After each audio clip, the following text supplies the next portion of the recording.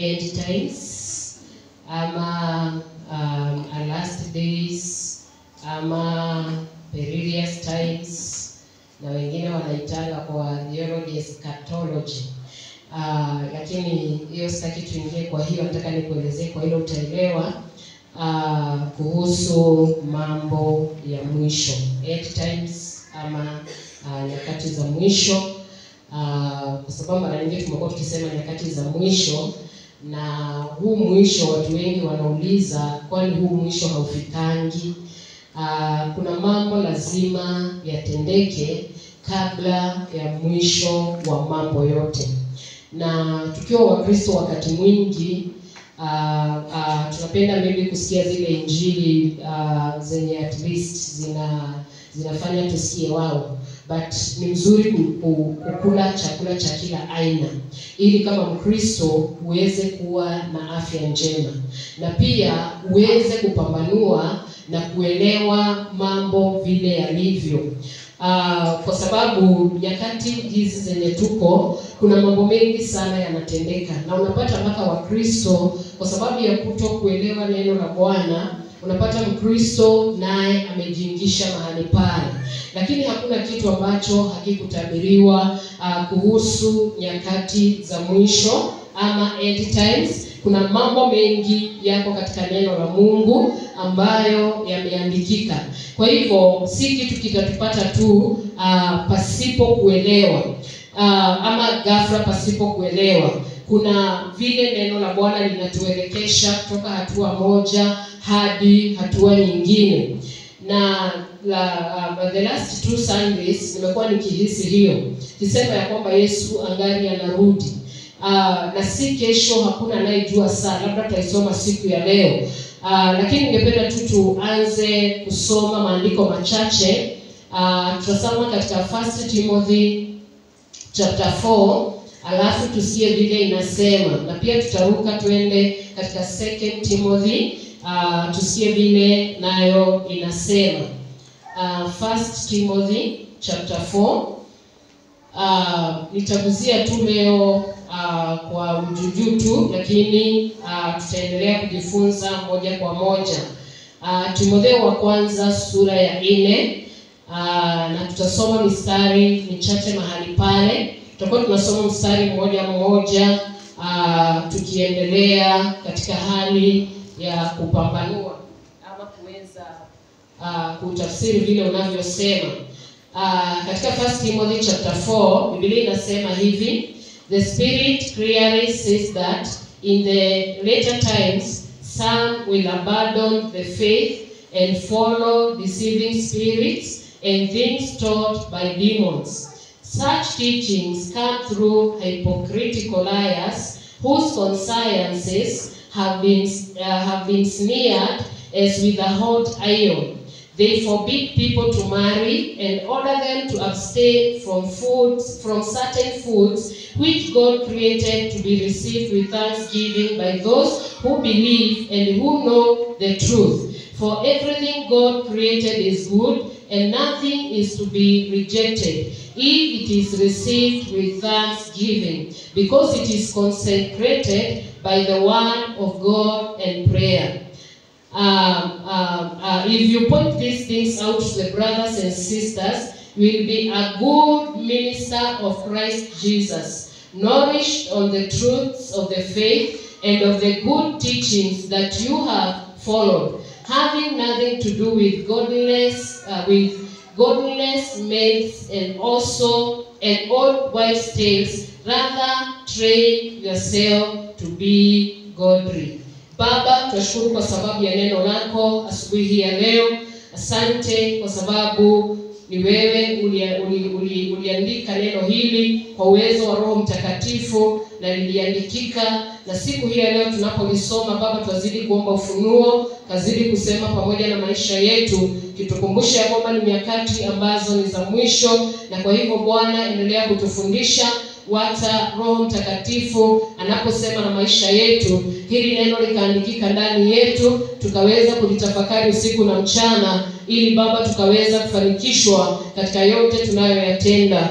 Twaomba ya kwamba utalifuata neno lako na hata kulitimiza, nami napolisoma, napolifundisha Bwana, hebu Mungu kanipa ufasaha na hata usemi na kunena makusudio yako kwa uwezo wa Roho Mtakatifu. Kupa kinywa changu na maisha yangu Baba, ukanena nasi tunapoketi na kusikia pia. Endelea kutufafanulia na hata kutupa ufunuo wako. Kwa jina la Yesu tumeomba na kuamini. Amen. Bwana Yesu asifiwe. Tumesoma pale kwa lugha ya Kiingereza.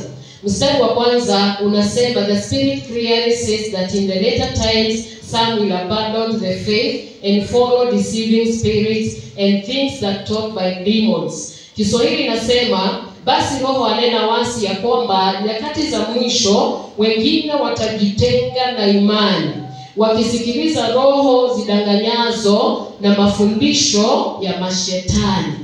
So kuna mafundisho ya kiungu na ya kimungu ama ya kiungu na mafundisho ya kipepo. So the Holy Spirit clearly says, Roho Mtakatifu ananena haya ya kwamba nyakati za mwisho watu wengi watajitenga na imani. We are talking about end times, before ushering the coming of Christ. And there are so many things that zita happen kabla Yesu arejee. But this yale tunajifunza ni yale ambayo yataendelea kutendeka, yakitufundisha ama as a sign ya kutuonyesha kile kitatendeka kabla ya kurudi kwa Yesu. Na kwa hivyo inasema ya kwamba watu watajitenga na imani. Imani, faith. Na sisi tunajua imani ni bayana ya mambo. Hebu tusome kwa Kiswahili, faith. Wacha tukumbushane, what is faith? What is faith? Let me read in English, alafu tutasoma kwa Kiswahili. Inasema Hebrews chapter 11 verse 1. I know tunalijua lakini nzuri kulirudia tena. Because we might be talking about faith na kuna wale hawaelewi imani ni nini. Now faith is the confidence in what we hope for and assurance about what we do not see. Now faith is the confidence in what we hope for and assurance about what we do not see. Najua kuna zile zinaongea mengine. Hebu tusome kwa Kiswahili tusikie. Nasema hivi, basi imani ni kuwa na hakika ya mambo yatarajiwayo, ni bayana ya mambo yasiyoonekana. Imani ni kuwa na uhakika ya mambo yatarajiwayo. So tukiwa Wakristo tunatarajia, kuna mambo tunatarajia ya kibinguni, tuna mambo tunatarajia ya kurudi kwa Yesu Kristo. So faith is the confidence or the substance, kama vile zingine zinasema. So imani ni bayana ya mambo yatarajiwayo. So wakati Biblia inasema ya kwamba wengi wataacha ile imani, ya kwamba kuna bado tarajio la uzima, kuna bado tarajio ya kwamba tunaenda mbinguni, bado kuna tarajio la kumngojea Yesu Kristo aliye Bwana wetu. So wengi wataacha hiyo imani na wataanza kufuata imani zingine. Hebu tuendelee vile inasema hapo pengine. Part B inasema aje? And assurance about what we do not see. Ni bayana ya mambo yasiyoonekana. Ni bayana ya mambo yasiyoonekana. Pia ni assurance ya mambo ambayo hatuyaoni. So faith ndio inatusababisha tuweze kuamini kuna mbinguni, kuna Mungu, kuna Yesu, kuna Roho Mtakatifu. Na inatuonyesha pia ya kwamba yale mambo ambayo hatuyaoni, sisi wote hatujamuona Mungu na vile Mungu anafanana, lakini tunamuona kwa matendo yake, tunamuona kwa kazi ya mikono yake, tunamuona akinena pamoja nasi kwa kinywa chake. Lakini kumuona kama vile nakuona ukiwa mwanadamu, hatujamuona hivyo. But kwa sababu hatujamuona, bado tuna ile imani ya kwamba Mungu yuko, kwa sababu tumemwamini. Tunaamini Mungu yuko na Mungu anafanya mambo na yeye ako hai. So turudi pale katika mahali tulikuwa katika 1 Timothy chapter 4. So wengi wataachana na ile imani, wataanza kufuata mambo mengine. Mtu akiacha imani ya kumwamini Kristo, anaanza kufuata vitu zingine. Na saa hizi ndio unaona watu wanafuata miujiza. Mtu akisikia kuna mahali muujiza umefanywa, anaenda pale. Watu saa hizi wanafuata mafundisho ambayo sio ya kiungu. Wanafuatilia yale kwa sababu wameachana na ile imani. Hawana tarajio tena. Hawaamini tena, ama hawana ule uhakika wa yale mambo tena. Wamekuwa tu wanafanya mambo ya dunia, ama wanatazamia yale wanayaona, lakini yule hawamuoni ambaye ni Mungu, hawafuatilii tena. So wengi watajitenga na imani.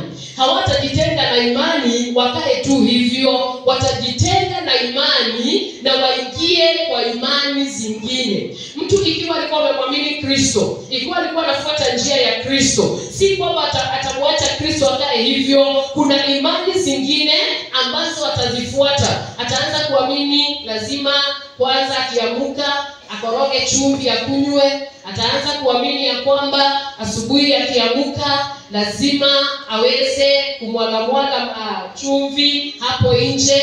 Akiamuka lazima jianointi kwanza kabla atoke. Akiamuka lazima vituko imani. Sasa ako na imani kwa chumvi, ako na imani kwa yale mafuta, ako na imani kwa vitu ambavyo si nzuri. Tulipokuwa tukiwa wadogo, kuna imani tulikuwa zilikuwa zinawekwa ndani yetu tukiwa watoto, ya kwamba ukiamuka lazima uamke na mguu ya kulia. Hakikisha umekanyaga na mguu ya kulia, kwa sababu ukikanyaga na kushoto utakuwa na mikosi. Si kuna watu walikuwa wanaambiwa hivyo. Haya, ikiwa ni usiku, ungechukua kifagio ufagie nyumba usiku. Tulikuwa tunaambiwa ukifagia usiku unafagia nini? Baraka. Kumbe kuna watu walikuwa hiyo wakati. Sasa unaosha nyumba usiku, unafagia usiku, unafanya yote usiku, kazi usiku. Cause waliamini ni baraka unafukuza. Ukinyoa nywele usiku, ulikuwa unaambiwa nini? Ati sijui una invite my spirit. Ukikuja unge kata, inaitwa aje kukata? Ungekata makucha zako usiku, sijui inamaanisha nini. Kulikuwa na vituko vingi sana. Nywele lazima uende uchome, uwezi itupa. Sasa unaenda unaiacha saloni, unaiacha kinyozi, utaki kujua. Lakini sijui hata upongolewe kanywele yote unafunga mpaka uende uchome, kwa sababu utaenda kurogwa nayo.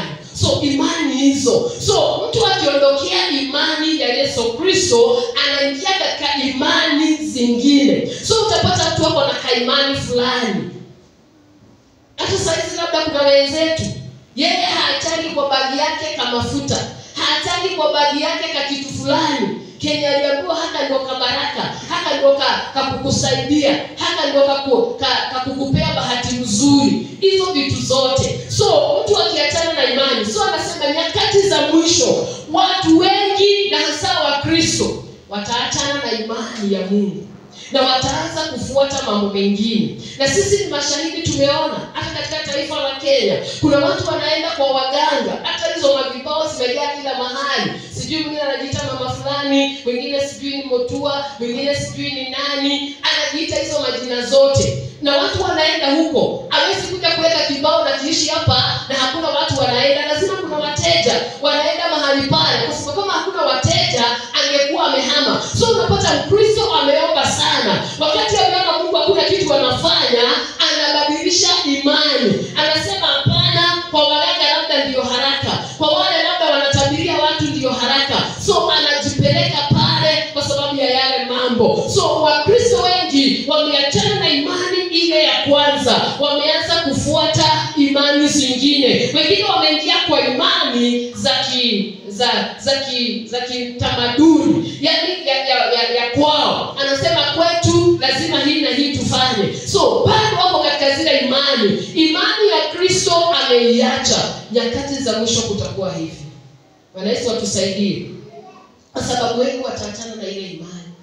Na ni kweli saizi watu wameachana na Kristo.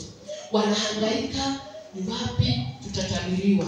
Ni wapi tutaambiwa maneno? Ni wapi tutafanyiwa miujiza? Ni wapi tutaombewa? Ni wapi tutafanywa hii na hii? So watu wote wanahangaika hivyo kwa sababu wameachana na imani ya kuamini ya kwamba Kristo anaweza fanya.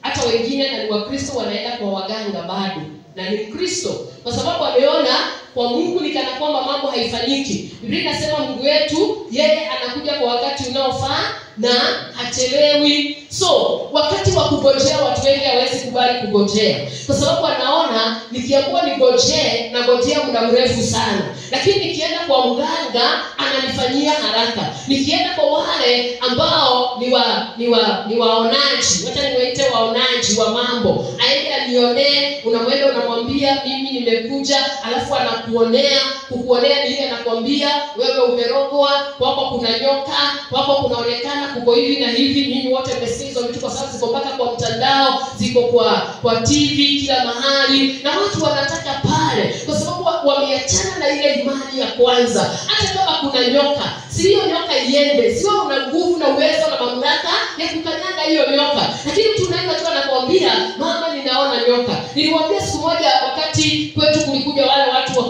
hao waonaji, hata nisema wa kuomba, hao waonaji walipokuja kwetu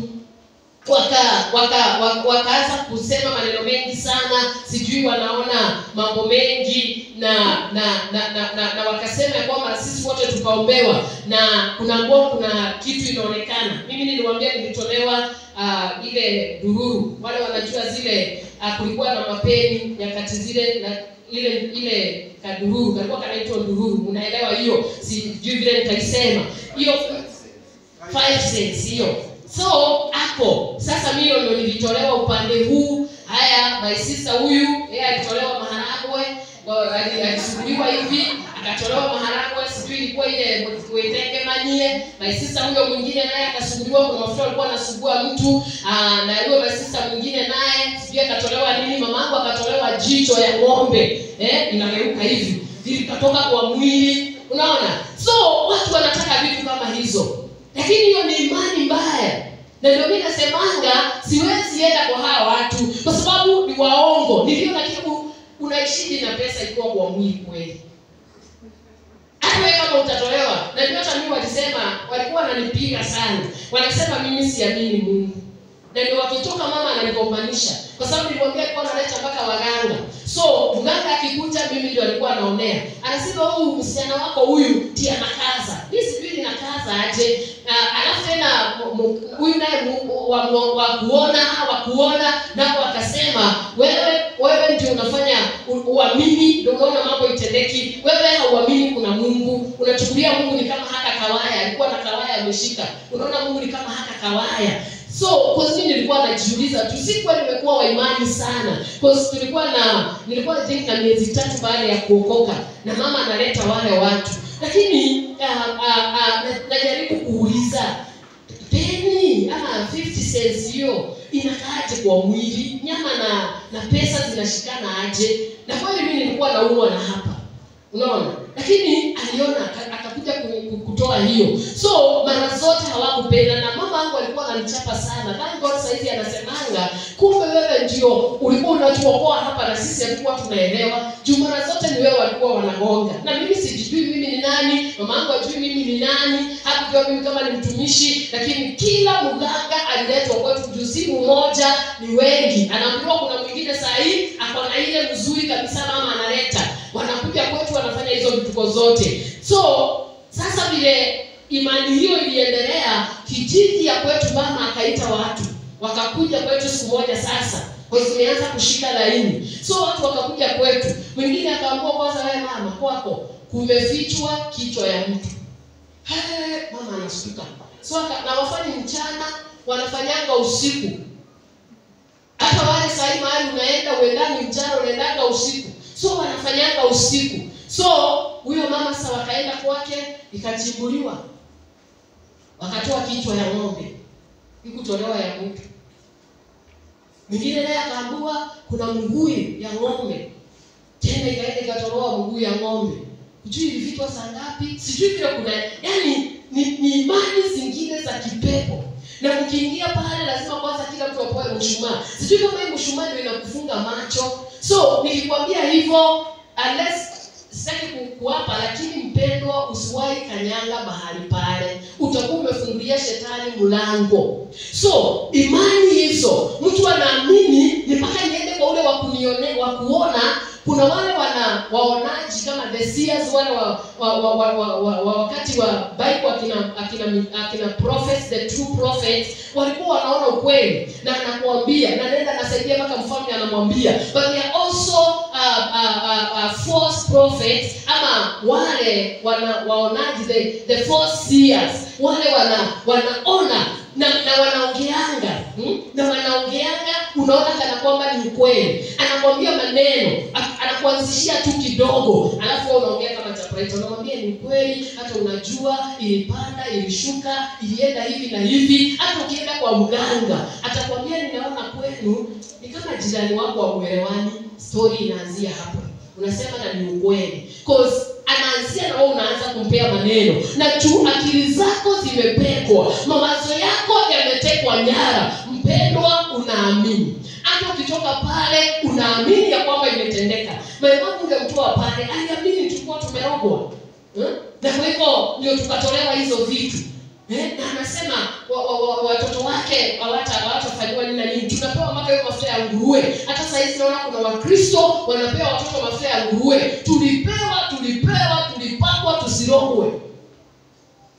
Hiyo itakusaidia. Hizo ni imani na itikadi mbaya.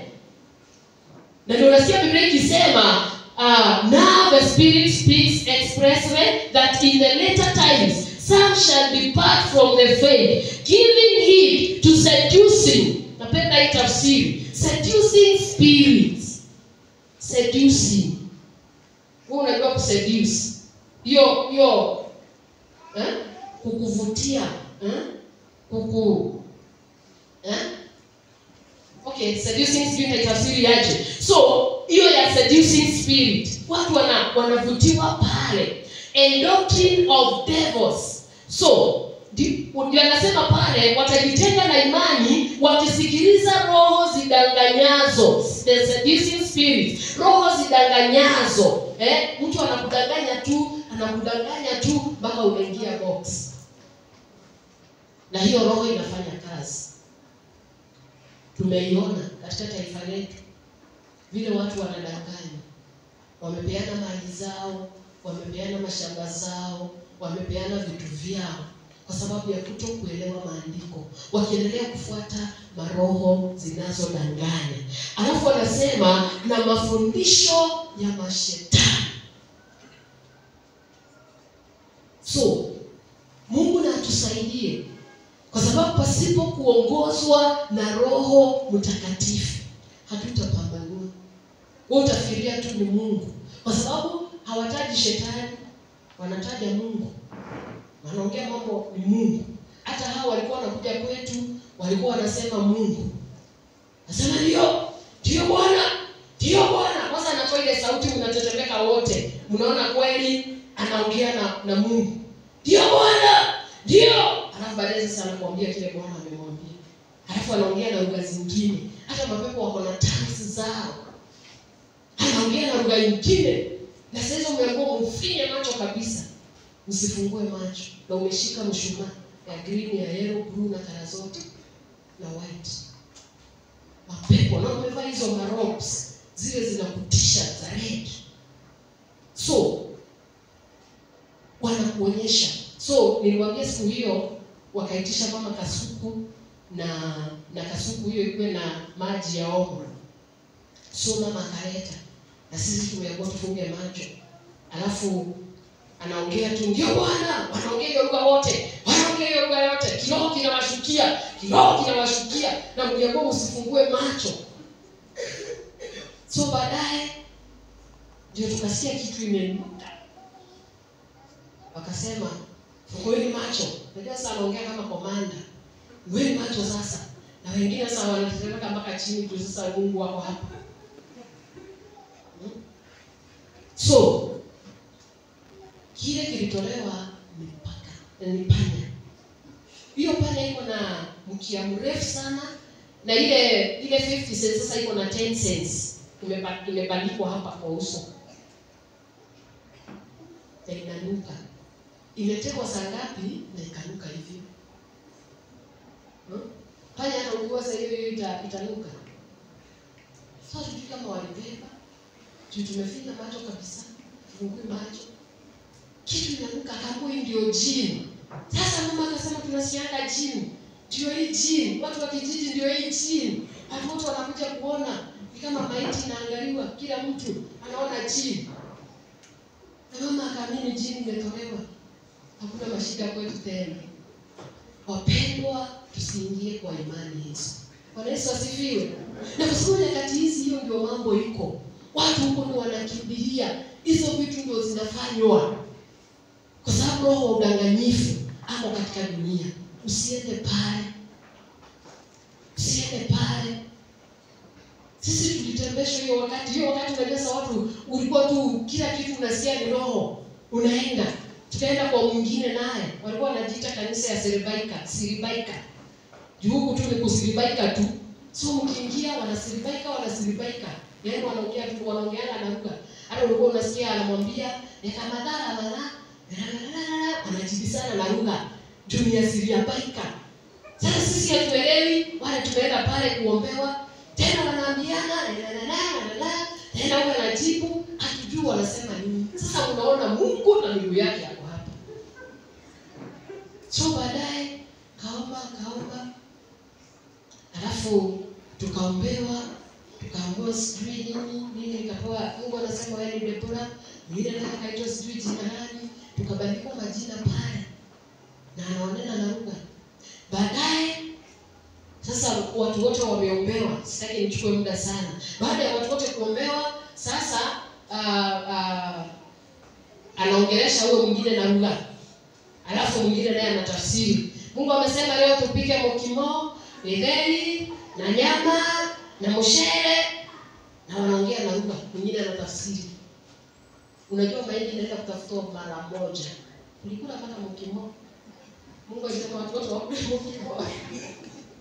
Yaani vitu zingine za kipepo yenye ufunguliwi macho kuelewa. Maji ni kitabu mkimo hivi na tunarudi kwetu Sorai na hakukuwa na magari mingi hiyo wakati. Juu Mungu alisema watu wakule mkimo. So, huyo kimbia, wewe fanya nini? Kazi inafanywa huko kama haraka. Juu Mungu amesema. Na tulikula kweli mkimo. So, hizo ndio vituko ziko katika dunia. Mpaka ati lazima Mungu apeane kile kitakuliwa. Hiyo siku. Juu tulienda. Si kwamba tukwenda. Tulienda. Na Karonga akatuingia na mimi nikawa naendanga huko. Karibu nifungwe kilemba. Baba ndiye alikataa. Hata mimi naona hii Siribaika sio mbaya, tunasiribaika huko. Sasa wakasema tuwezi kukufunga kama baba wazazi wamekataa. So si kufungwa kilemba, lakini kwa na baada kitambaa nguo hizo mrefu na si mbaya. So nasema namna gani ya kwamba roho za udanganyifu, mafundisho ya kishetani. Nikasahau leso yangu huko. Na unajua siku huu naomba kila kitu. So nilikuwa nimeomba my mom leso. Nikasahau. Kufika nyumbani kitu kwanza mama kuniuliza leso yangu iko wapi? Jukumu ile ya kuwekwa kwa sanduku ya safari. Nikamwambia nilisahau. Kapigwa kelele. So nikapata nafasi ya kwenda Nakuru. Tuliporudi kwa yule mama nikamwambia kuna leso niliacha hapa. Thank God ilikuwa ni single room yenye unaweka pazia. So kaleso kalikuwa kamekunjwa vizuri kamewekelewa hapo. So hata kama ninauliza nimekaona. Ambia niliacha leso na ilikuwa ya my mom. Akasiribaika akasema Mungu alisema hiyo leso ni yangu. Sasa ni kama nilikuwa nimeanza kuchanuka hizi vitu. Alipoingia hapo kwa jirani kupikia chai, hapo ndio alikuwa anapikia kwa msichana mwingine aniletee chai. Mimi nikachukua kareso nikaingisha kwa shopping bag. Siwezi kuwa karatasi ka black nikakaa nako. So, sasa sitapata amani nikirudi nyumbani. Na yeye aliniambia Mungu alisema hiyo leso ni yake, ni ya mtumishi.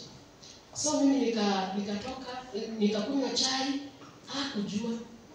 Sasa nilipoenda nyumbani nikapeana. Alirudishia mama yangu. So siku ile tulikutana tena akaniambia, na wewe ulikosea. Nilibeba leso na Mungu alikuwa amesema ni yangu. Nikamwambia ilikuwa mama yangu, hata Mungu anajua. Kama ilikuwa yangu ni sawa. Lakini sasa ni ya mama. Nilikuwa nimeomba. Na unajua kupata leso si rahisi. So mafundisho ya kipepo.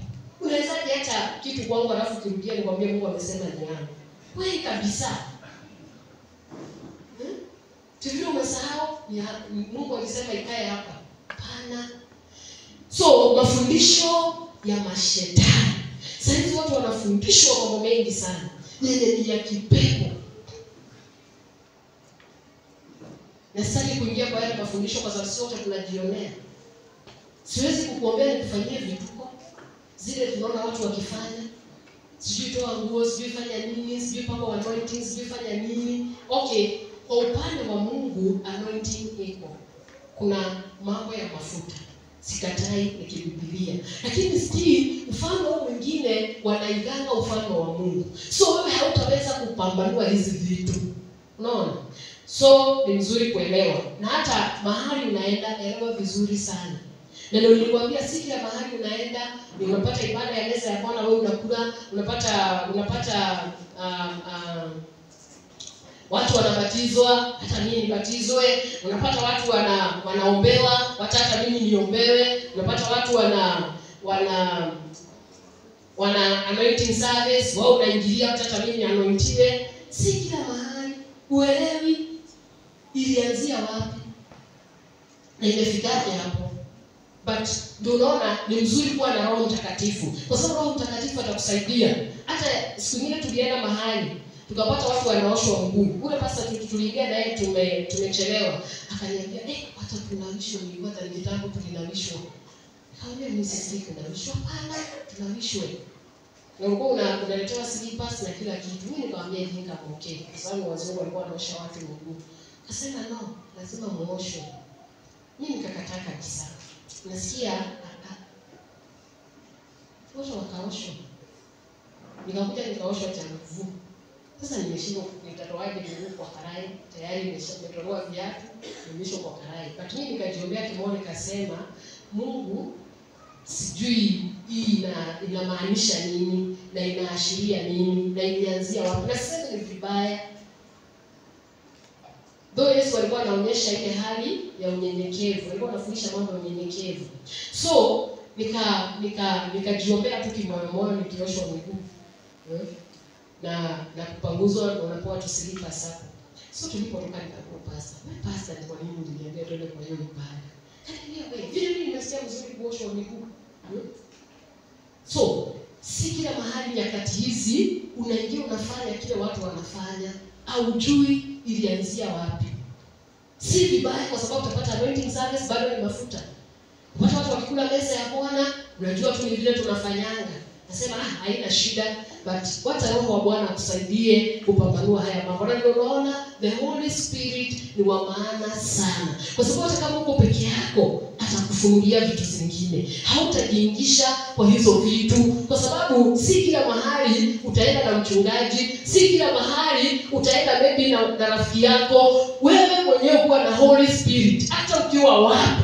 Roho huyo atakuelekesha, atakwambia kama ni sawa ama sio sawa. Bwana Yesu asifiwe. Hata ukisikia kuna watu wanaombewa, wacha kukimbia ujui wanaombewa aje. Biblia inasema tusiwe wepesi wa kuwekea watu mikono. Ili tusije tusiwe wepesi wa kuwekea watu mikono. Wacha ni mkuru tu vile kwa juju tu. Ya kwamba tusiwe wepesi laying hands kwa wengine ili tusishirikishwe katika dhambi zao. Sijui ni wapi tulikuwa tunapewa hadithi hii wiki. Kuna mahali tulikuwa na mama mwingine akatuambia walikuwa mahali alafu walikuwa kwenye ibada alafu kaja kijana, na yule kijana hiyo siku alikuwa ametumwa kutoka kuzimu ili aje amalize huyo mchungaji. So akaja kwenye ibada alafu siku hiyo huyo pastor hakuombea watu, hakuwekelea watu mikono. na anaitaka watu wa altar, anawaombea, anawaekea mikono. Siku hiyo aliombea tu kwa madhabahu na akaambia watu wapokee, na ibada ikaisha hivyo. Ilipoisha wakaenda. So kufuatia tena yule kijana akakuja. Niliwaambia kwa mtu amekuwa mission ya kufuata mtu, anafanya ile kazi ya kufuata. So akaja yule kijana tena katikati ya wiki. Akasema nilikuwa nataka kumwona pastor ndio aniombee. Pastor hakuwa hiyo siku. So yule kiateka akamwambia pastor hayuko leo, lakini nitampea ripoti yako. Akasema sawa. So pastor akaja akapewa ile ripoti. Hiyo Sunday yule kijana tena akarudi kwenye ibada. Aliporudi kwenye ibada, pastor anaendelea kuhubiri na kuanza maombi. Yule kijana sasa akaanza zile mapepo zikaanza kumwangusha. Nguvu za Bwana zikaanza kumtingiza, kumwangusha. So akaanza kuongea. Akasema ya kwamba alitumwa kwa hilo kanisa na alikuja Sunday fulani, na hiyo Sunday pastor hakuombea watu kwa sababu alikuwa pastor akimwekea mkono tu hivi kukemea yale mapepo na kumfanyia ile deliverance ya atakiwe na yule pastor akose nguvu za Bwana tena. So atakiwe na zile ma spirit kwa sababu kijana alikuwa ametumwa. So akaanza kuongea. Ndio sasa akakumbuka ile hadithi ya vile kulikuwa kumeendelea. So si vizuri, ama vile Biblia inasema ni vizuri kuwekea watu mkono, lakini si kila wakati. So ndio si wewe atukimbie kila mahali, wacha niende hata mimi niwekewe mkono, wacha hata mimi niende niombewe. Sasa ni vibaya, lakini si kila mahali utaingia. Na mtu anaweza kuwa labda ako kwa hiyo mission, yeye anahubiri, lakini ako kwa ile mission ya shetani ya kumaliza watu na vipawa vya watu. So si kila mahali utakimbilia, na si kila mahali utawekea watu mikono, kwa sababu unaona watu wakiweka tu pepo in the name of Jesus, utatakiwa. Na sasa ni vibaya pia kukemea yale mapepo, lakini umekaa sawa. Pambanua, ni wakati wa kuwekea mtu mkono, ni wakati wa kumfanyia deliverance, ni wakati wa kumfanyia jambo fulani, kwa sababu kuna hizo attacks zenye shetani uanga anarusha. So mafundisho ya uongo katika nyakati za mwisho, na mafundisho ya kipepo na imani ambazo haziambatani na imani ya Yesu Kristo. Na ndiposa tunasoma haya maandiko ndio tuweze kufaidika kama Wakristo, kwa sababu si kila kitu yenye unaona nyakati zenye tuko yenye utakimbilia. Na si saa hizi, hata wakati wa Old Testament the false prophets were there. Manabii wa uongo pia walikuwa. Wale mafundisho ya uongo pia ilikuwa. Wakati wa New Testament, wakati wa mitume na wakati wa Yesu Kristo, Yesu anafundisha hivi, kuna wale nao wanafundisha kinyume. Wakati wa mitume pia walipokuwa wakihubiri injili ya Kristo, hao wanahubiri ukweli wa Kristo, na kuna wale nao wanahubiri kwa imani ambazo sio za Kikristo. Na tunaona Paul na mitume wengine kina Petro wakikemea wale watu, na mitume wakiwakemea na kusema yale ni mafundisho ya kipepo na ni mafundisho ya uongo. So haijaanza saa hizi, imekuwako. But as tunakaa katika nyakati za mwisho, kwa sababu hata wakati ule bado walikuwa wanakaa katika nyakati za mwisho wakingojea kurudi kwa Yesu, na kuna mambo mengi yalitabiriwa yanaendelea kutimia. So hata saa hizi ni hivyo. Kuna wahubiri wa uongo, kuna wahubiri wa ukweli, kuna wainjilisti wa uongo na wainjilisti wa uongo wa ukweli, na wanatoka na wanafanya uinjilisti. Set us free. So we should walk in truth. Tunafaa tutembee katika hali ya ukweli, kwa sababu ukweli utatuweka huru. Bwana Yesu asifiwe. So kuna mafundisho ya uongo, na utajuaje? Ni mpaka ukuwe na Holy Spirit ndani yako. Ya pili, lazima ujue hili neno la Bwana. Ujisomee neno la Bwana vile linasema. Ujue ni size gani, ni mambo gani ambayo ni mafundisho ya kipepo, ni mambo gani ambayo ni mafundisho ya ukweli, ni mambo gani ambayo ni mafundisho ya uongo, katika jina la Yesu Kristo. Hebu tuendelee katika verse 2 tusikie vile Biblia inasema. Naona muda umeenda, lakini tutaendelea tu. Tutumie hii ya Kiswahili kwa haraka. Kwa unafiki wa watu wasemao uongo, wakichomwa moto dhamira zao wenyewe, speaking lies in hypocrisy, having their conscience sneered with hot iron. Wakichomwa dhamira zao. Unafiki wa watu, hypocrisy. Watu ambao wamechomwa dhamira zao. Kuchomwa dhamira inamaanisha namna gani? Ama conscience yetu kuwa smeared. Ni ile dhamira yako haiko hai tena. Yaani wewe dhamira yako haitumiki, haiwezi kukusaidia, hawezi, na ndio nasikia Roho Mtakatifu anafanya kazi na dhamira zetu. So dhamira yako imekuwa smeared. Wewe utambui nzuri ama mbaya, ama weekend ile ya kuelewa hii jambo liko namna gani. Wewe unafuata kila kitu. So kwa unafiki, watu wasemao uongo, wakichomwa moto dhamira zao wenyewe, wanaendelea kusema tu uongo, wanaendelea kufuata mafundisho ya uongo, na hata wale wanafundisha uongo dhamira zao zimechomwa. So kila wanafundisha ni uongo tu peke yake. Niliona mwingine anakaa tu ako pale kwa television, anakaa anaanza kusema sasa fulani wa fulani, ninaona nyoka hapo kwako, fulani wa fulani, ninaona kuna kitu imepandwa kwa shamba yako, tuma 50 nikuombee. Na watu wanatuma, unasikia kusoma majina ya watu wanatuma, na si watu ambao wameokoka, ni Wakristo wanaendelea kutuma. Ni kama anakaa tu hivi anasema ni lunch time, nitakula nini? Kwa sababu dhamira yake imechomwa. So anajua wacha nidanganye watu kidogo. Wewe fulani wa fulani, saizi unalia machozi, na hakutakosa mtu analia machozi hiyo dakika. Saizi unalia machozi sana, mume wako alikutandika, hata unafikiria kutoka kwa hiyo poma, umeelewa kwa waganga, tuma 50 nikuombee. Watu wanatuma. Na jioni utatandikwa hata kama umetuma 50. Basi wewe atakuja kwa mkali. Na 50 imeenda. Lunch sorted. Jioni tena ndio hiyo. Sapa nitakula nini? Utasema nini leo? Hata unasoma kama mstari fulani hapo hakukutisha. Uongo, kwa sababu dhamira zao zimechomwa.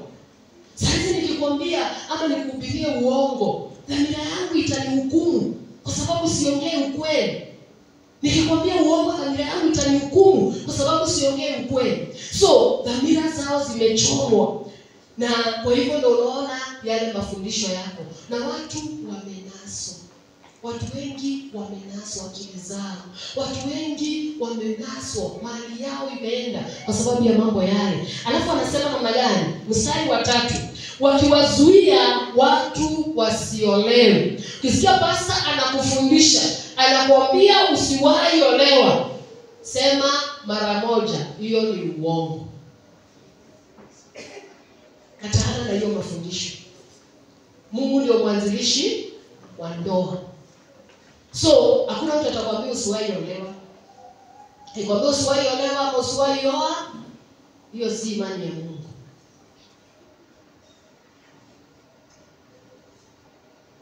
Mimi nasema oa, olewa. Bwana Yesu asifiwe. Haleluya. Kwa sababu Genesis alisema si vyema huyu awe peke yake, Adam awe peke yake, akamwambia. So Mungu ndio mwanzilishi wa ndoa. Na mimi 100% naamini kuoa na kuolewa. Bwana Yesu asifiwe. Kwa njia ya kimungu, ya Mungu. So mafundisho ya uongo, wakiwazuia watu wasiolewe. Na kuna mahali nilisikia hata mwingine akiwa na hiyo mafundisho anaambia wale wameolewa watoke kwa ndoa, kwa sababu wanangojea kurudi kwa Yesu, na Yesu atabeba watakatifu peke yao. Unasikia vile ameshikanisha Biblia. Kawaambia hata huko kwa ndoa, utoke kwa ndoa, na wale mjaona mjaoroho msioane, kwa sababu Yesu anarudi na anataka watu walio wasafi na watakatifu. Na ukiwa pale unaendelea kufanya dhambi, so tokeni. Na watu wakaanza kutoka kwa ndoa zao.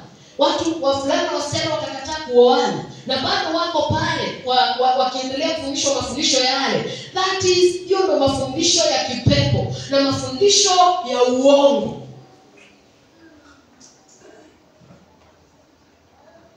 Ati sasa anakaa msafi na mtakatifu akiomba. So wanaenda kukaa kanisani wakigojea Yesu. Hiyo ni mafundisho ya kipepo.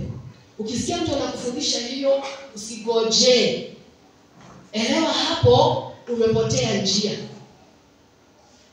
Wote tunamgojea Yesu Kristo, ambaye hajaoa, ambaye hajaolewa, na wakati wako huko, na wale wameoa na wameolewa na wako ndani ya Kristo watarithi ufalme wa mbinguni, na Kristo atawanyakua pia, kwa sababu wametii na wamefuata kile Kristo amesema. Bwana Yesu asifiwe. So ufalme wa mbinguni ni wa watoto, ni wa vijana, ni wa wazee na ni wa wamama. Kila mmoja ako katika ule mwaliko wa Yesu Kristo. Kwa hivyo tusiingie kwa yale mafundisho na kuamuru wajiepushe na vyakula ambavyo Mungu aliviumba vipokewe kwa shukrani na walio na imani wenye kuijua hiyo kweli. So wengine wanawazuia watu wasikule, na wengine sasa wanaenda to an extent anakwambia sirudi kukula nyama, sirudi kukula chakula fulani, sirudi kukula chakula fulani, na wanafundishwa yale mafundisho na wanaendelea na zile imani. Kwambia usikule nini, usifanye nini, vitu mingi sana zile mafundisho yale. So wakiwazuia watu, na Biblia inasema na kuamuru. So kwa ile ukiwa wewe ni mfuasi wa pale, unaamuriwa usikule vile vitu. Sikia Biblia inasema wajiepushe na vyakula ambavyo Mungu aliviumba vipokewe kwa shukrani na walio na imani wenye kuijua hiyo kweli. So Mungu aliumba zile vyakula watu waweze kukula zile chakula ambao wana imani na Mungu. Sikia vile inaendelea kusema verse 4. Kwa maana kila kiumbe cha Mungu ni kizuri, wala hakuna cha kukataliwa kama kikipokewa kwa shukrani, kwa kuwa kimetakaswa kwa neno la Mungu na kwa kuomba. Sikia vile anasema pale, kwa maana vimetakaswa. Ndio unaona sisi ukichukua chakula kwanza unafanya nini? Unajitakasa na kuomba, yaani kumshukuru Mungu kwa sababu ya kile chakula na kutakasa kile chakula. Ndio saa zote ukienda mahali kama mpata tumekula kimoyomoyo, bariki chakula yako. Iko hata nikakwambia nishaombea kuna ile maybe uliomba asubuhi umebariki kila kitu. Ni na wewe pia kulingana na imani yako. Bwana Yesu asifiwe. Bariki hicho chakula na unakipokelea kwa shukrani katika jina la Yesu. Kuna mtu ataniambia, so hata kukunywa pombe si mbaya. Hata kukula nini watu wapende kukula? Nguruwe si mbaya. Hata kukula vitu gani tena zingine? Hapana. Imesemekana kulingana na imani yako. So hata kama ni kulingana na imani yako, wewe ukuwa Mkristo, unajua kitu fulani sistahili kukula. Pombe sistahili kwenda kukunywa, ni kuwa Mkristo. Sitajiingisha kwa hizo madawa za kulevya, vitu ambavyo nigeuza mwili wangu nisikue vile ninakuanga mimi mwenyewe binafsi, lakini inanibadilisha. So sijasema ati sasa mtu atoke hapa aende aseme leo tumeambiwa kufika yote. So jioni tukuona umebebana na machupa za pombe kwa sababu kila kitu imeombewa. Hapana. Lakini kuna hayo mafundisho. So ukisikia tukifikia mafundisho kama yale, ama usikie mtu akianza kufundisha mambo kama yale, mpendwa, chomoka na miguu yako. Bwana Yesu asifiwe. Jua hapa kuna mahali umepotea njia. Si hivyo Biblia inasema, na ndio tunasema ni mzuri kusoma neno la Bwana. Wewe kibinafsi kuna mambo hautapambanua, lakini ukisoma neno la Bwana utakuwa na ule ujasiri wa kusema vile neno la Mungu linasema katika maisha yako. Mstari wa 6 wacha niusome ndio twende chapter 2 ya Timothy. Mstari wa 6 inasema, wakumbushe ndugu mambo hayo, nawe utakuwa mtumishi mwema wa nani? Wa Kristo. So bila kuwakumbusha haya mambo, Kristo anafurahia. Kwa maana nasema uwakumbushe ndugu mambo hayo, nawe utakuwa mtumishi mwema wa Kristo Yesu. Kwa sababu watu wengi hawataki kuongea ukweli, kwa sababu wakiongea ukweli hawatapata kile wanataka. Bwana Yesu asifiwe. Lakini wakiongea uongo watakulia, kuokoka. Lakini ukiongea ukweli kama huu, wakuambia mtu ukweli na kumwambia kusimama na imani, kwa sababu watu wengi hawataki hiyo injili. Sio nataka hakuna imani nyingi. Kwa sababu watu wanataka kwenda kuambua vituko, watu wanataka kwenda kuambua mambo mengi sana. Lakini ukiongea hii, watu hawataki hii sana. Haina ladha sana. Nasikia hii haingii sana. Unaona? Basi sasa kama ningekuwa nikikwambia naona unabarikiwa leo na si vibaya, kwa hakika unabarikiwa. Sasa uko umeinuka na kiti. Lakini ukirudi nyumbani unapata vile uliacha.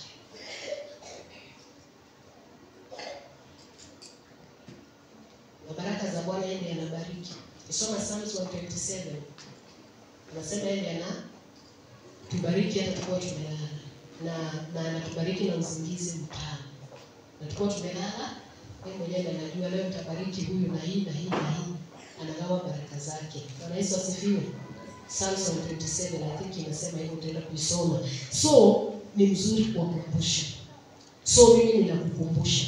Si kwamba tujawahi ongea about the end times, but I'm just reminding you. Ninakukumbusha. Kuna hii mambo ya Thailand ya Nyamani. Wengi wameona vile earthquake ilitendeka kubwa sana.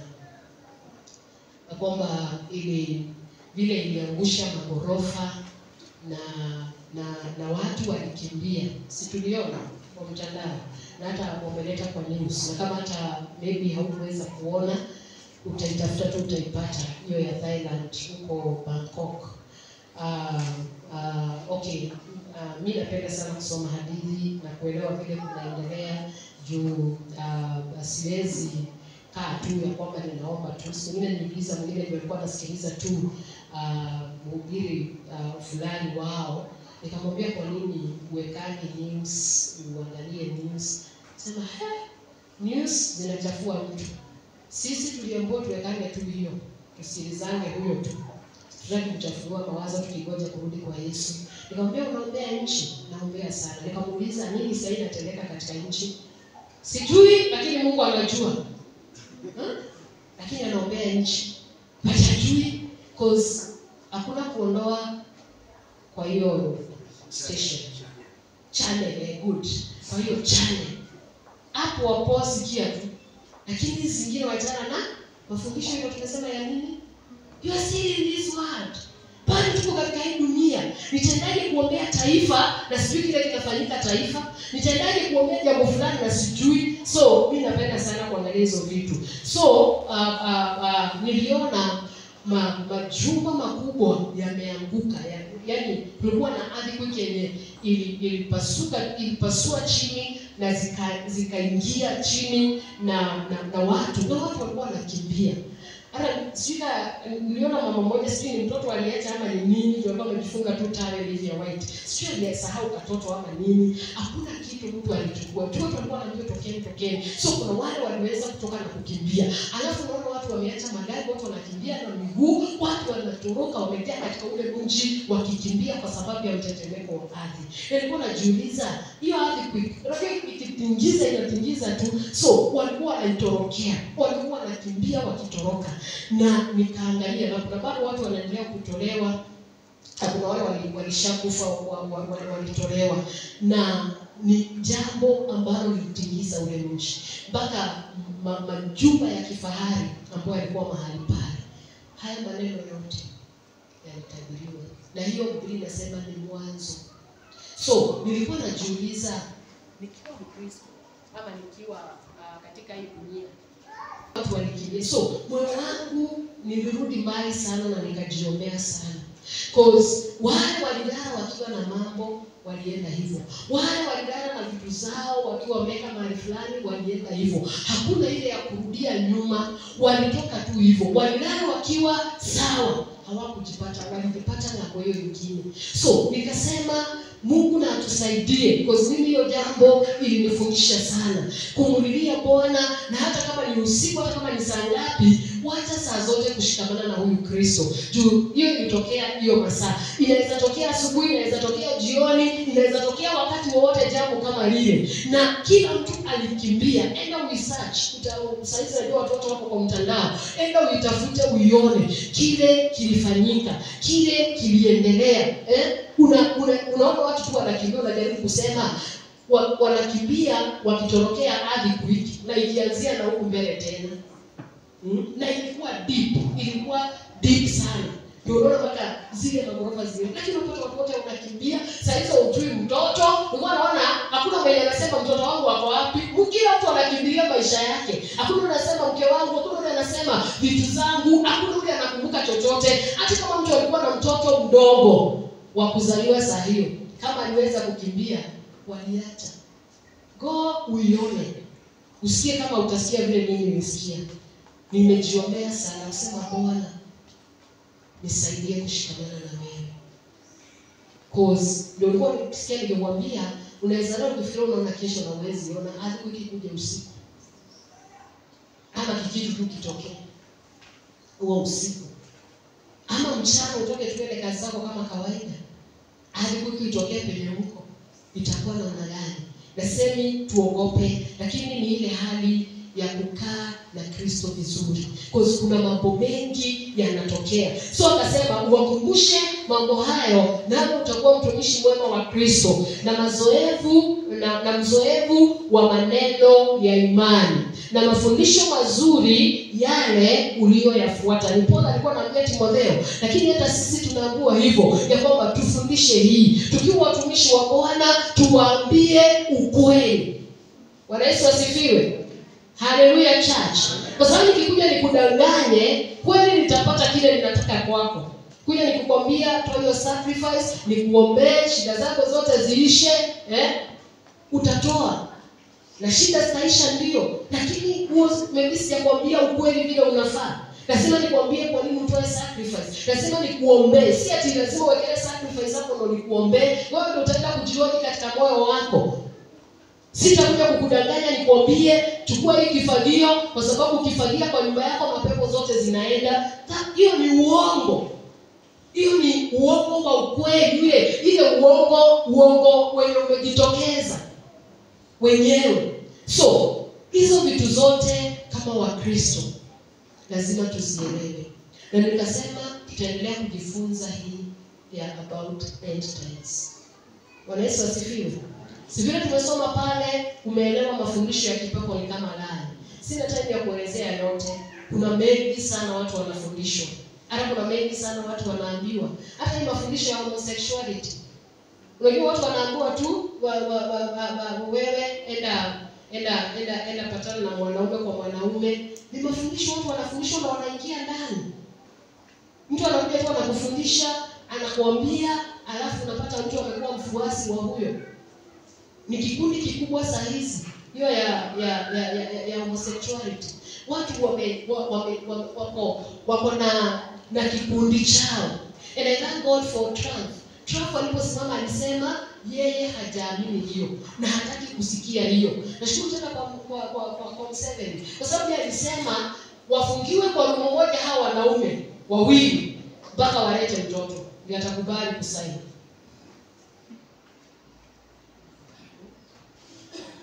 Hivyo ndio sasa akubaliane na hiyo.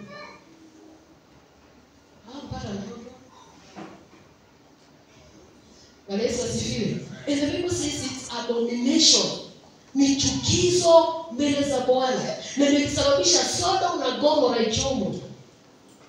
Kwa sababu ya hiyo dhambi. So hiyo mafundisho ya mbegu ilibakia ya wale wa Sodom na Gomora ndio hiyo imeinuka. Ni kikundi kikubwa sana. Wako na WhatsApp zao, wako na pesa zao. Kuna vile wanapata pesa, kuna vile wanaendelea. Hiyo ya lesbianism pia. Msichana anafundisha msichana mwenzake mpaka wanakuwa sasa ni bibi na bwana.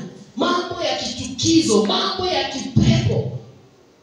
Na mahali yale mambo yako hakuna baraka za Mungu.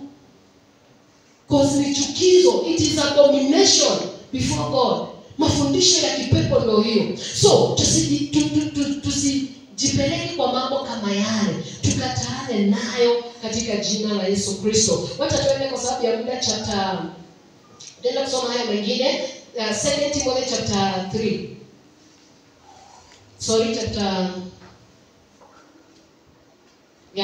Chapter 3. The 2 Timothy. Kwa nini ni 1 Timothy? Ya 2 Timothy. Tusikie vile inasema pale. 2 Timothy chapter 3.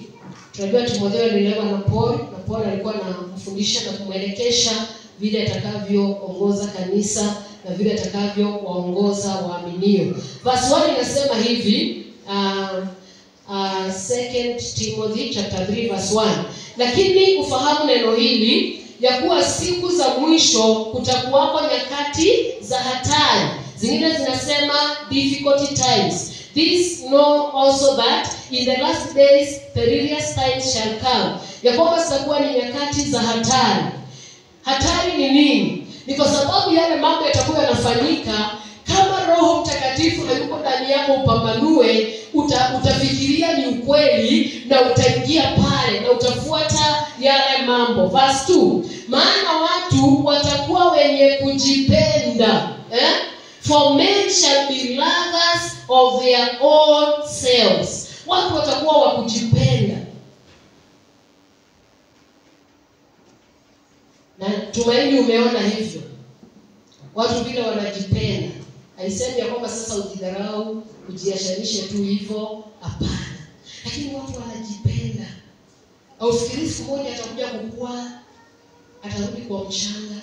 Kwa sababu ya vile amejipenda, vile anajiona, si ule upendo mzuri, ule wa kujipenda. Hata mwingine anaweza enda kumpea mkono, msalamie, anakataa. Kuna wakati nilikuwa na watch movie ya Nigeria, nikaona mwingine alikuwa amejipenda hivyo. Hata kusalimiwa na maskini. Sema, I don't greet poor people. Sorry. Because atutamwambukiza umaskini.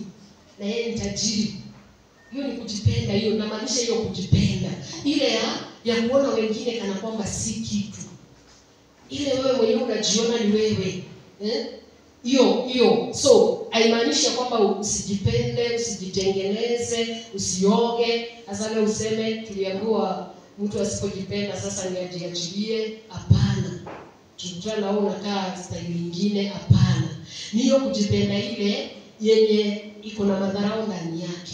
Ya kwamba kuna hiyo yenye nimeelezea, hauoni wengine, na kuna wale hawawezi kukukaribia, kuna wale hawawezi kuzana na wewe. So watu watakuwa wakujipenda wenyewe, wenye kupenda fedha.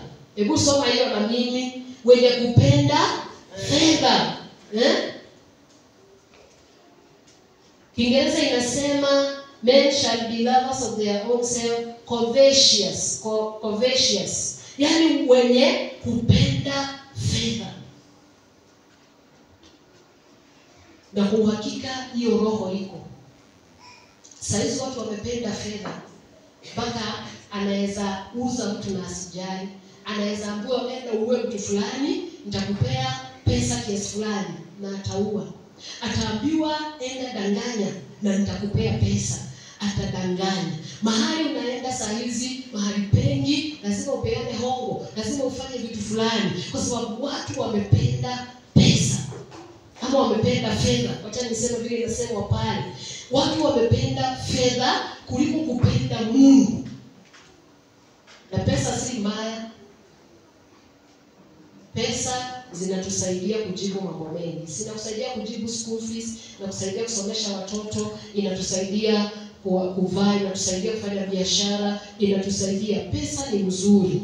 Lakini roho ya kupenda fedha ikiingia, unaweza fanya chochote kwa sababu ya fedha. Heri ukose kwa Mungu, ukosee Mungu kidogo, unamkosea kwa sababu ya fedha. Watu wamekuwa kupenda fedha. Saizi maafa ni kila mahali. Mengine si ni maafa kwa sababu mtu ameambiliwa pesa, ama kwa sababu fulani yako na pesa, mumalize. Anaenda hivyo. Kwa sababu watu wameingiwa na hiyo roho ya kupenda fedha. Sio kama ni hebu tuone, sio 1 Timothy chapter 6. 1 Timothy chapter 6 na mahali inaongea kuhusu hizo fedha.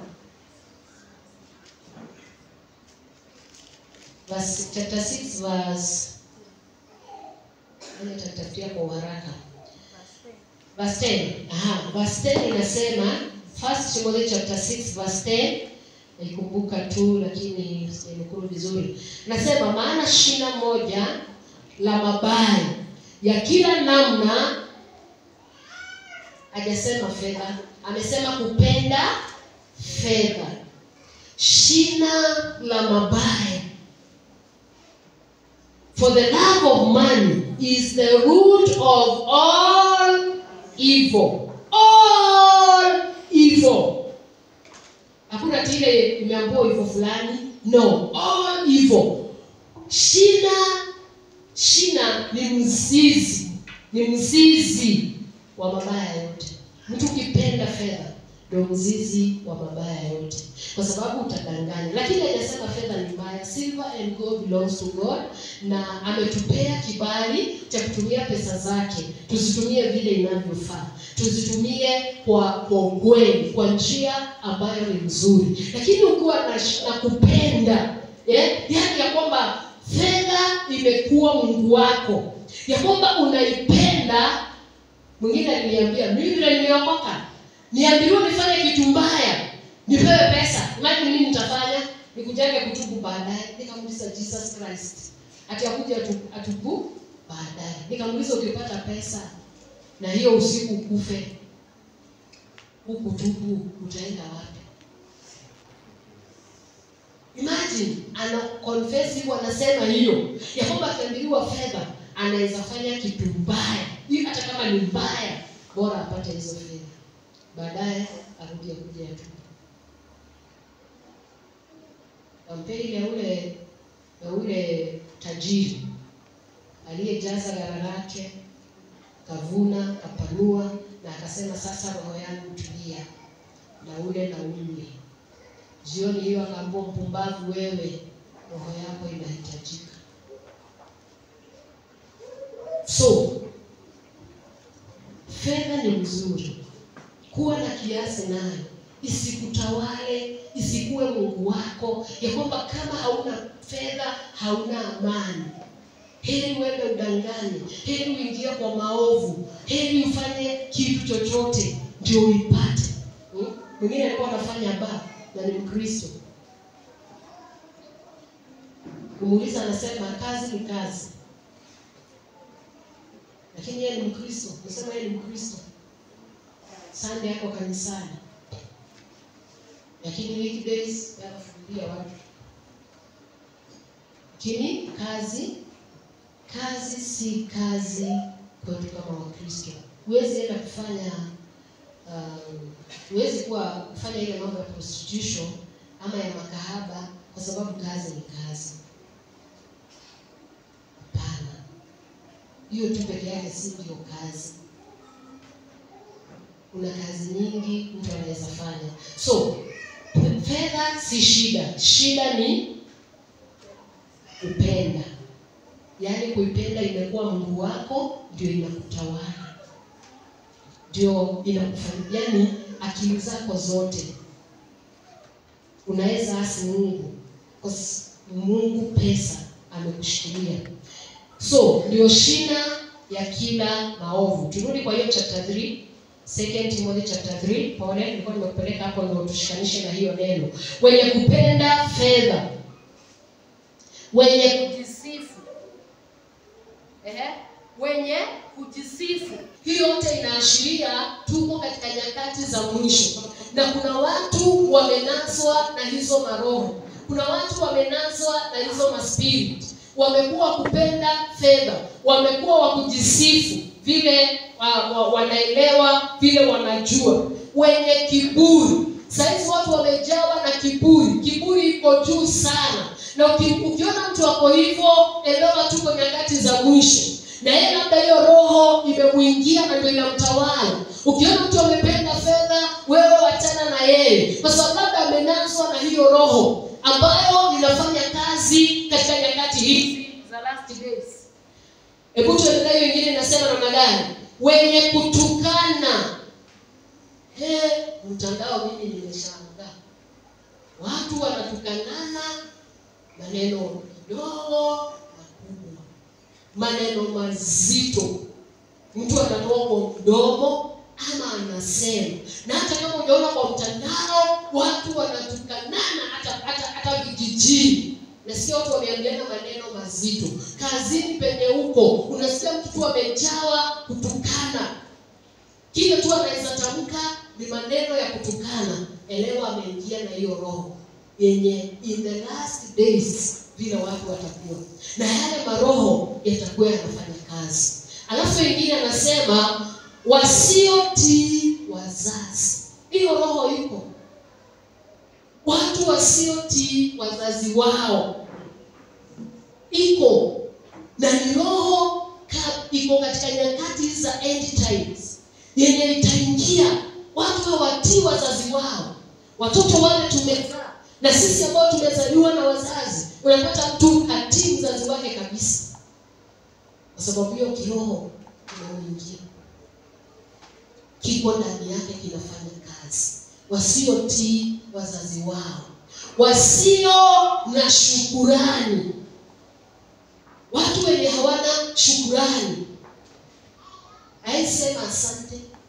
So kama utaona mtu hata akwambia asante, hata mwingine ukimuuliza hata usemi asante, nikwambia asante nikufaidi na nini, yaani anajibu tu hivyo, hajali. Cause watu wasio na shukrani, hata ufanyie nini, hata ufanye namna gani, kiroho cha kutokushukuru kiko ndani yake, kinafanya kazi. Hizi nyakati zenye tuko, hawezi kusema asante, na si kwa wanadamu peke yao, mpaka kwa Mungu. Nilikuwa na mwingine akaniambia amekasirikia Mungu sana,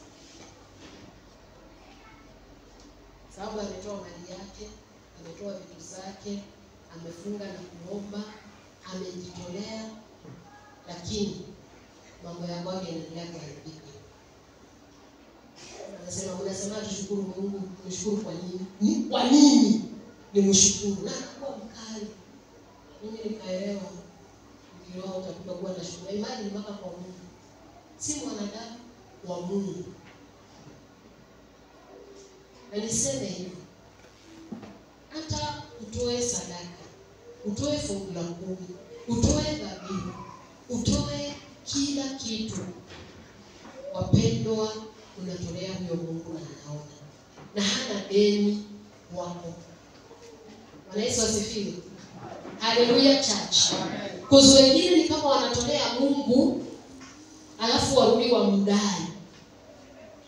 Yaani Mungu atajaona hii yote yenye nimekuwa nikifanya. Mungu atajaona vile nimemtumikia na vile nimejitolea. Tunamtolea kwa sababu yeye ni Mungu, na hata kile tunamtolea ni yeye ametupatia. So either vile nilitarajia haijakuwa hivyo, haitanitoa kwake, haitanisababisha nisimshukuru, kwa sababu simtolei ili kana kwamba amebaki na deni. Sasa Mungu nimekuhonga, ndio ufanyie mtoto wangu hivi. So ikifanyika opposite, unakasirikia Mungu. Ni kama kuhonga Mungu. Mungu nimekuhonga ndio mtoto wangu apite mtihani. Asipopita mtihani, sitakwambia asante. So mtu hana moyo wa shukrani. Na Biblia inasema katika 1 Thessalonians chapter 5 verse 18 pale, inasema kwamba tumshukuru Mungu katika mambo yote. Yote ni gani?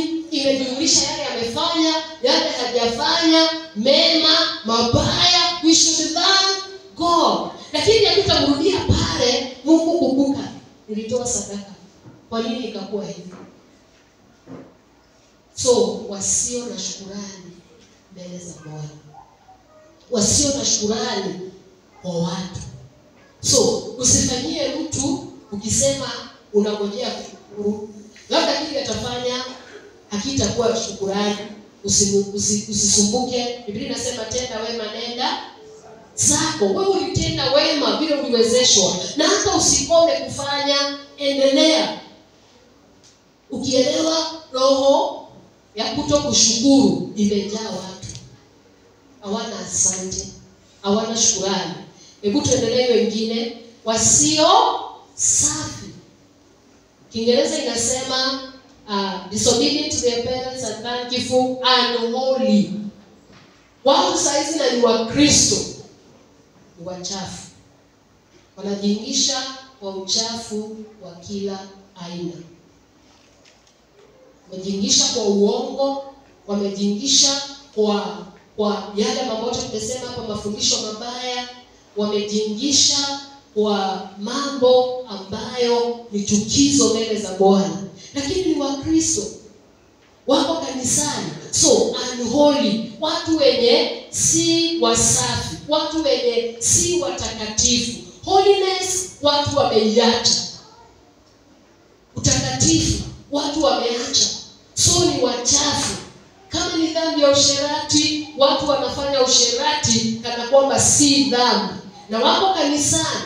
Wengine ni watumishi wa Bwana, wengine ni Wakristo, wengine ni viongozi makanisani. Usherati saizi si kitu, wanaufanya na hawajali. Waimbaji wa madhabahu wanafanya na hawajali. Mke ameolewa anafanya usherati na haoni kama ni kitu. Mume mwenye ameokoka anafanya hizo dhambi za uzinzi na haoni kana kwamba ni kitu. Watu wamejichafua. Hakuna usafi na utakatifu tena, kwa sababu hiyo kiroho kimeingia watu.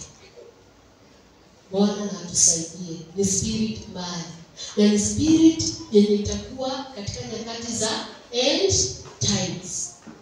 Na vile tutaendelea kusoma maandiko, tutaona kama wale watu wataweza kushinda, ama hiyo roho itawabeba mpaka iwapeleke ng'ambo ile nyingine.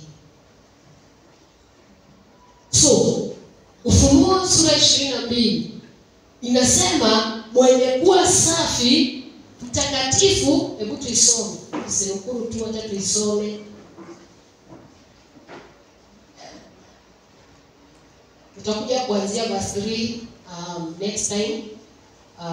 Wacha tusome hiyo ya Ufunuo chapter 22. Ndio ameipata, tusomee tu vile inasema pale. Revelation chapter 22, sorry. Some kwa lugha yoyote ndio ameipata. Ufunuo 22 mstari wa kwanza inasema. Si mstari wa kwanza.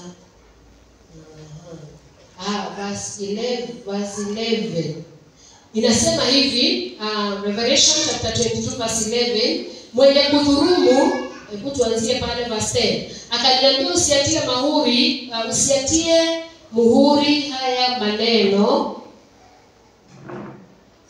ya ubatili wa kitabu hiki, kwa maana wakati huo umekaribia.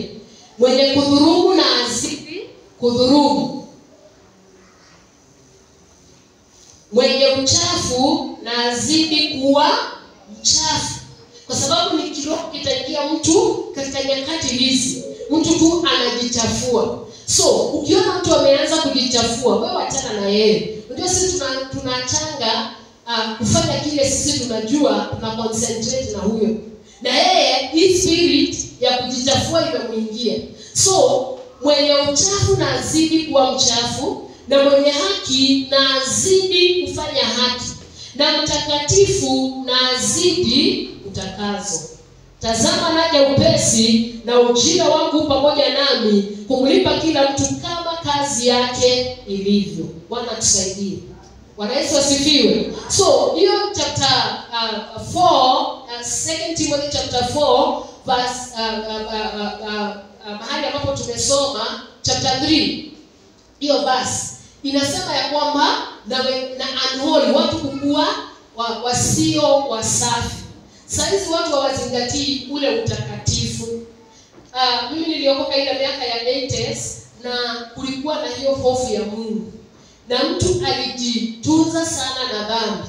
Mtu alijitunza sana kuzingatia usafi na utakatifu. hata ungependa kuingia mahali penye mambo mabaya, watu wanaongea, unasikia umenajisika. But saa hizi watu hawajali. Utapata Mkristo, kila mwenye si Mkristo anafanya ndio mwenye Mkristo anafanya. Yule hajaokoka anafanya hiyo. So hakuna ule utofauti. Vile Romans chapter 12 inasema ya kwamba tusiige namna ya dunia, bali sisi tutoe miili yetu ikawa dhabihu iliyo hai mbele za Bwana. Tusiige vile dunia inafanya. So unapata Wakristo tumemezwa na dunia. So tunafanya vile wa dunia wanafanya. So watu wanaendelea kujichafua, watu wanaendelea kufanya mambo ambayo hayafai. Nimesema uchafu wa kuimba, uchafu wa kudanganya, uchafu wa vituko na sarakasi, wa uzinzi na usherati. Hata kuna Wakristo wanakunywa pombe, wanajiingisha kwa hizo vituko zote, lakini ni Wakristo. Kwa sababu end times, hii roho itashika watu. Hiyo hofu ya Mungu haipo tena kwa wengi. Kuanzia kwetu watumishi wa Bwana, kuteremka kwa wakubwa kwa wadogo, pasipo kubagua nani kama nani. So hiyo roho inaingia watu. Na ndio tumesema hata tujifunze haya mambo, ndio tuendelee kujiombea. Na nikikuona ama ukiona mwenzako ama ukiniona, maybe kile nafanya ama mwingine kile anafanya, elewa hii roho imemjaa. Hii roho imemjaa. So wewe zingatia kile unajua. Fuatilia kile unajua, kwa sababu nyakati za mwisho haya mambo hayana budi yatatokea. Bwana Yesu asifiwe. Tumalizie kwa hiyo tusome hiyo Ufunuo 3:3. Tuombe mbele za Bwana, na natumaini na kile ambacho umepata. Na kitabu cha Ufunuo kinaongea sana kuhusu